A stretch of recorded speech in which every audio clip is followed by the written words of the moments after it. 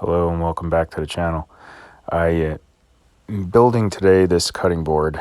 This is the old one. I built this for a customer about 2 years ago and she loved everything about it, the handle, everything. So she came to me and said, could you build me another one? So here we are. Glued up the blank, used a rough sizing from the old one to just rip down the blank to a appropriate size to use the router for here, and made a template so that I could try to get that handle close to what I used to have on the other one. The other handle, I spent a lot of time hand carving with different implements to get it to look right. So I figured I'd kind of use that as my starting point here to get this one to look decent too. Obviously this is 1.25 inches thick, so it's not comfortable just by running it through the router and being done with it. So originally I was going to try to do this all on the router table, but after kind of working this handle a little bit, it's a little hard to maneuver on the router table safely. So at this point I'm just trying to get it where it's close to the shape that I want it, and I am planning to take the carving tools and kind of create the handle the way I really want it to. And there you can see, just used the green tape method and some CA glue to glue that down, and worked pretty well.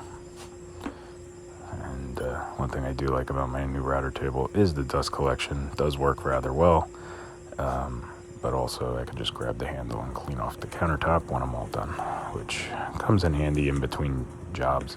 Just be able to switch it real quick like that. So this next part, I'm going to show you somewhat of what not to do. I put in a double round over and was thinking that I was going to try to just double round over everything and it'll be perfect and life will go on. I won't have to do all the work hand cutting everything. Well, that doesn't work. Works fine on these flats and really does exactly what I want it to do there.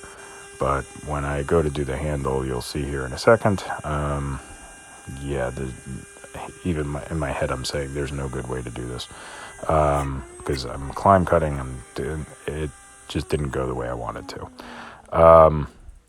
Again, didn't matter. I was planning on hand cutting everything anyway, so yeah, you can see the damage there, kind of chipped out in the corners, which again, not the end of the world in the grand scheme of things. I was more worried about the safety of me and breaking the blank. So I decided to put my safety pin in here in a second. And now I'm just trying to figure out which side to put it on to get the best flexibility, and realizing it's probably that side. So let's take a practice. Yeah, it should work. Yeah. Come on. And let's try it, and hopefully this doesn't go flying across the room. So after I finally got this working the way I kind of wanted it to, I still realize it's not a deep enough cut for the handle to even be worth it. Probably should have just stopped when I was ahead and just did the sides and then hand carved all this anyway. But I gave it a shot and said maybe I can. So here you go. It did work enough, but it not the look of the original, and since the original was all done by hand, it wasn't exactly the same feel to the handle and everything. And again, this is about 1.25 inches, I think, thick, so the handle's just too thick, especially for somebody with a smaller hand like my customer. So this, as much as it looks like it did a great job here, it's just too thick in the end, so I went straight over to hand carving this. It wasn't worth it. But live and learn. Now I know for the future, just do the edges and the long straight edges and do all the hand carving anyway by hand, and it doesn't matter. Now you'll see I'm again just doing a quick cleanup. I'm a little OCD sometimes, so I try to keep my workbenches as clean as possible, but sometimes it just doesn't work. All right, so now I'm kind of set up for doing some hand carving here. So I got the soft pad in my Rotex, and actually that looks like the hard pad there. I think I swapped it at some point. I was just trying to chew away, get that damaged section out of there, and then work towards that. This is with 40 grit granite, and it works pretty good to kind of power carve away some of this stuff. I think if I was making more of these in the future, I'd actually try to get some sort of carving disc. Not a super aggressive one. This is not that serious. But to get something with like a rounded edge so I'm not destroying my sanding pad like you see here. This is sped up a little bit so that we're not sitting here for 10 minutes while I did this. But it comes out perfect. 40 grit removed enough of the waste material here to allow that handle to be a little more comfortable as a grip. And then I did use some other hand carving tools here in a minute, you'll see. And then came back with 120 just to clean up everything and put the soft pad in, I think, when I did the 120, which we'll see here in a few seconds. It really did come out good, though.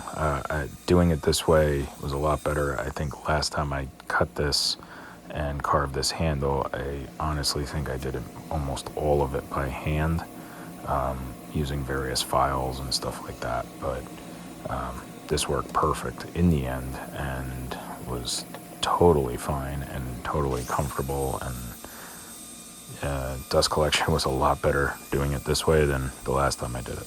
So speaking of dust collection, I do have this hooked to a vac and have also set up my dust collector with a big boot on the table that you can see on the bottom there.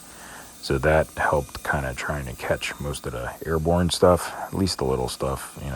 40 grit is kicking a fair amount of dust, but it didn't fly all around the shop doing it this way. I'm trying to figure out better ways to get some extra dust collection into my workflow while I'm also, not breaking the bank here. So here's a Shinto rasp coming in to just kind of remove a little excess material so that I can get this to go a little faster.